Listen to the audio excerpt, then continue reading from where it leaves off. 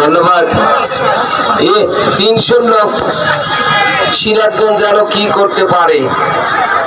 এই সিরাজগঞ্জ জেলাকে পরাজিত করেছে, এখনো অর্ধই হয়নি খেলা।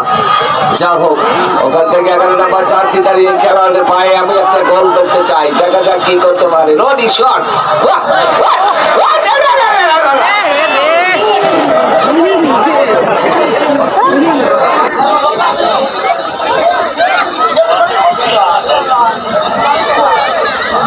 চমৎকার 8 নম্বর জার্সি দাঁড়িয়ে খেলোয়াড়টি কি সুন্দর থেকে বল দেওয়ার চেষ্টা, কাকে দিলেন? এখনো বল রয়েছে। 10 নম্বর জার্সি দাঁড়িয়ে খেলোয়াড়টি ছুটছে পিছে পিছে।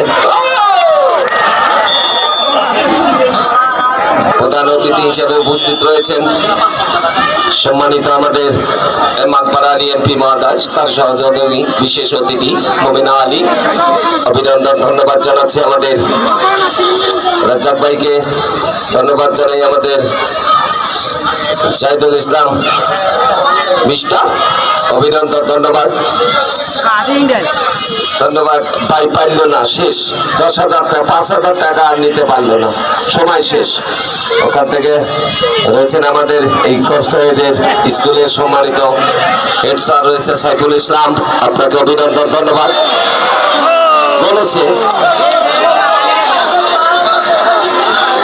বলেছে ভাই, যা হোক খুলনা নিতে পারলো না, অল্পের জন্য বিপদ। গোলের রেজাল্ট সিরাজগঞ্জ 3 খুলনা 1।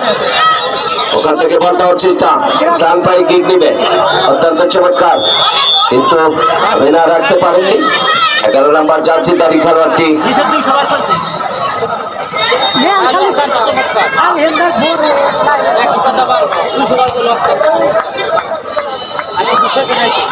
দশ নম্বর জার্সি দাঁড়ি খেলোয়াড়টি রয়েছেন ওখানে, খেলে তাকে যা হোক রাখতে পারেনি। ওখান থেকে বন্ধ হওয়ার চেষ্টা, খুলনা ফুটবল একাদশ ইতিমধ্যে তারা